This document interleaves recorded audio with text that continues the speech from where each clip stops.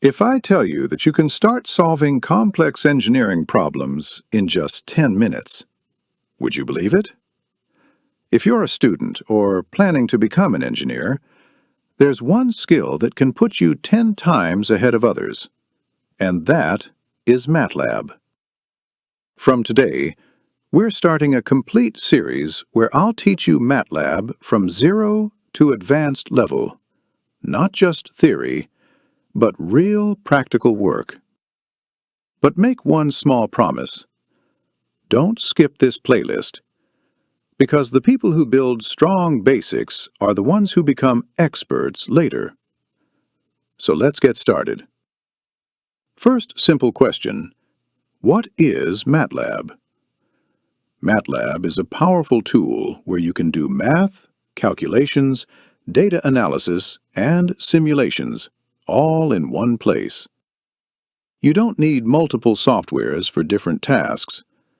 And if you're thinking this might be difficult, hold on. I'll explain everything in such a simple way that you'll surprise yourself. Let's do a quick test. If I write 5 plus 3, the answer is obviously 8. But what if you had to perform 1,000 calculations at once? Or plot a complete graph? Or analyze a large data set?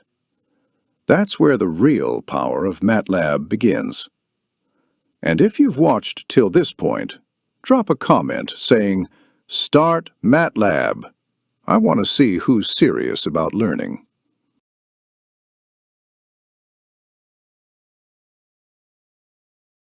And one quick thing, if you haven't subscribed to the channel yet, make sure you subscribe right now, because this series is going to build your skills step by step, and you don't want to miss the upcoming lectures that can actually change your understanding of engineering tools.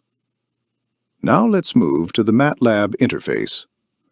When you open MATLAB, the most important thing you'll see is the command window.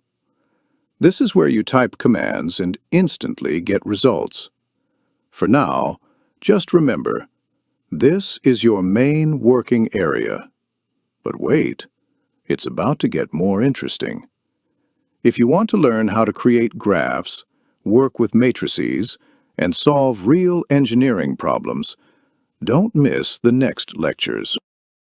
And yes, by the end of this series, we'll also cover Simulink, where you'll design complete systems using drag and drop. That's the part that prepares you for real-world applications. So, are you ready? Let's run our very first command in MATLAB.